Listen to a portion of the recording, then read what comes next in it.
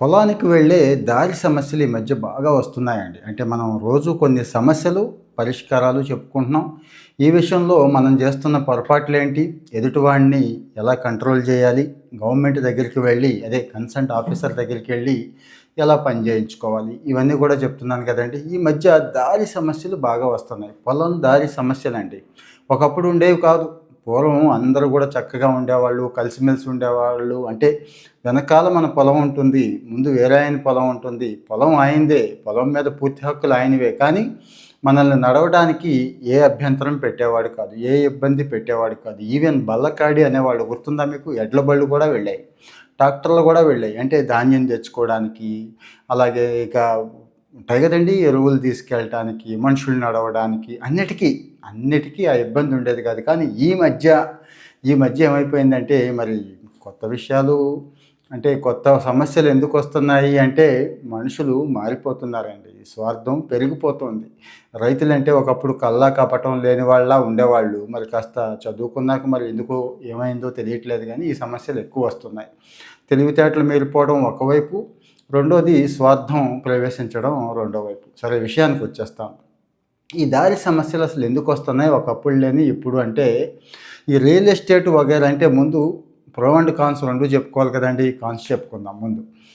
వెనకున్న వాడు real estate వెంచరేస్తాడండి. For example చెప్తున్నాను. లేకపోతే కమర్షియల్‌గా వాడడం మొదలెడతాడండి. నాకు నీ పొలంలోంచి హక్కుంది దారివ్వు అంటాడు. ఎందుకిస్తారు? వెనకున్నవాడు లేకపోతే ఏదో ఇండస్ట్రీ రన్ చేస్తాడు. అంటే వ్యవసాయం చేయడు. జాగ్రత్తగా వినండి. వ్యవసాయం కాకుండా ఇంకా ఏదో చేస్తాడు. అలాంటి చోట దారి ఇవ్వటం కుదరదు. ఈజ్మెంట్ యాక్ట్ గురించి మాట్లాడుతున్నాను నేను. 1882లో ఈజ్మెంట్ యాక్ట్ ఒకటి చేసింది. అంటే 1882 ఎవరున్నారండి? బ్రిటిష్ వాడు ఉన్నాడు. ఈస్ట్ ఇండియా గవర్నమెంట్ ఉంది. అప్పుడు చేసిన యాక్టే ఈ రోజుకి కూడా అదే కంటిన్యూ అవుతుందండి. ఈజ్మెంట్ అంటే ఏం లేదు. మనం ఈజీగా అక్కడ మూవ్ అవ్వడానికి, అంటే ఇంకొకళ్ళు ఆ ఉన్న ప్రదేశంలో మనం హక్కు పొందడానికి చట్టం ఇది అన్నట్టు. అప్పట్లో వాళ్ళు దేన్ని ఉద్దేశించి చేశారంటే ఇగో ఈ గొడవలన్నీ ఉండకూడదు. స్వచ్ఛంగా గాలి, వెలుతురు రావాలి అందరికీ. నీటి ప్రవాహం కూడా ఫ్లో చక్కగా ఉండాలి. ఎవడు అడ్డు పెట్టకూడదు. మనుషులు కూడా చక్కగా సంచరించాలి. అంటే వ్యవసాయం గానీ ఇంకో చోట ఇళ్ళ దగ్గర కూడా అప్లై అవుతుందండి అది. ఇళ్ళ స్థలాలకి, ఇళ్ళ దారులకు కూడా ఇది అప్లై అవుతుంది. మరి ఈ మధ్య ఎందుకొస్తుందంటే, ఇప్పుడు చెప్పాను కదండీ! ఈ కమర్షియలైజేషన్ వచ్చేసి చాలామంది ఒప్పుకోకపోవడం ఒక కారణం. రెండోది తెలుసో తెలియకో మూర్ఖత్వాలు ఎక్కువైపోయి ఒప్పుకోకపోవడం ఒకటి. ఏం మూర్ఖత్వాలు అంటారా? నాది ఈ పొలం, నిన్ను నడవనివ్వను. నడిచే అవకాశం లేదు. నా పొలంలోంచి నడవడానికి నువ్వెవడివి అంటారండి సింపుల్‌గా. అంటే మరి అంతకుముందు తరం ఏం చేసింది? అంతకుముందు తరం ఒకసారి ఆలోచించండి. తండ్రులు, తాతలు, ముత్తాతలు ఏ ఇబ్బంది లేదండి. చక్కగా నడిచారు. ఎవరి పని ఆళ్ళు చేసుకున్నారు. అంటే అప్పట్లో అరే! అది హక్కు, దారి హక్కు అనేది ఉంటుంది. వెనకున్న వాడికి, వ్యవసాయం చేసుకునేవాడికి చట్టం చెప్పేదే నేను చెప్తున్నాను. ఉంటుంది. మనం ఇబ్బంది పెట్టకూడదనే స్పృహ ఉండేది. కానీ ఇప్పుడు అలా లేదు. కొత్త తరాలు వచ్చేసినాయి. రెండోది ఆ ఊళ్ళో వాళ్ళు కాకుండా వేరే ఊళ్ళో ఉండేవాళ్ళు వచ్చి కొనుక్కోవడం, కొత్త వాళ్ళు ప్రవేశించడం, వాళ్ళకి ఇలాంటి సాంప్రదాయాలు ఇవన్నీ గుర్తుంచుకోండి. సాంప్రదాయాలు కూడానండి. ఈ సాంప్రదాయాలకు కట్టుబడి ఉండకపోవడం ఈ సమస్యలైతే వస్తున్నాయండి. సో మరి ఈజ్మెంట్ యాక్ట్ కింద మనం ఎలా క్లెయిమ్ చేసుకోవాలి? ఈ సమస్యను ఎలా పరిష్కరించుకోవాలో కూడా చెప్తాను నేను. ఈ సమస్య ఉంది.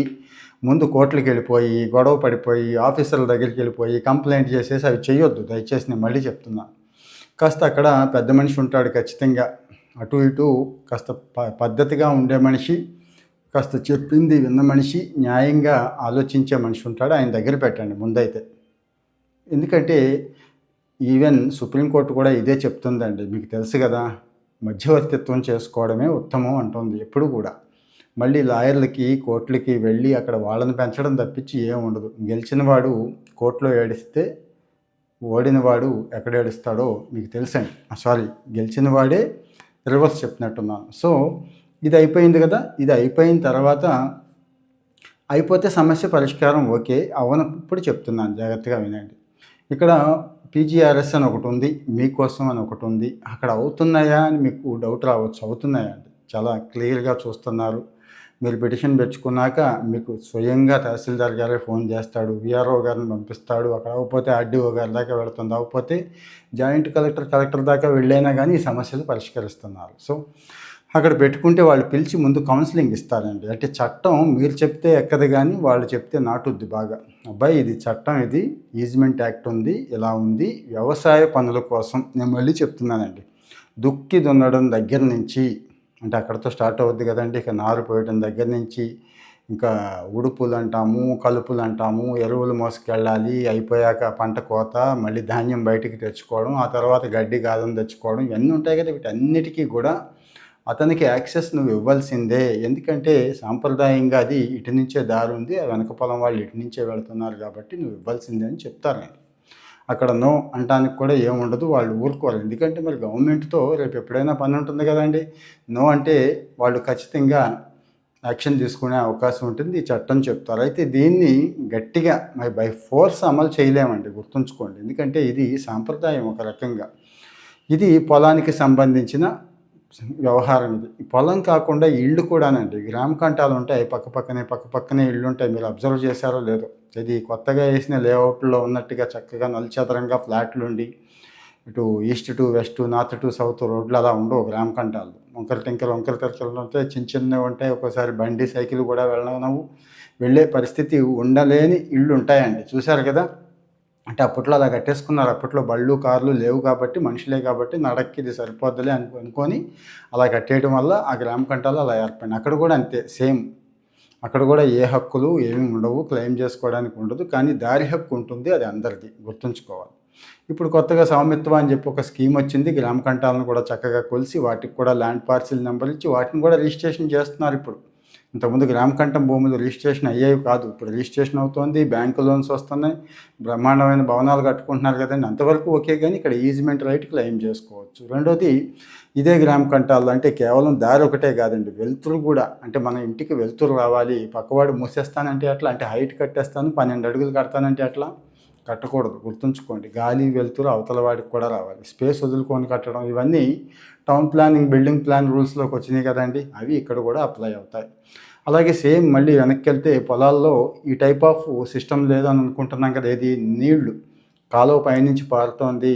మీకు తెలుసు నీరు పల్లం వెలుగు అంటారు.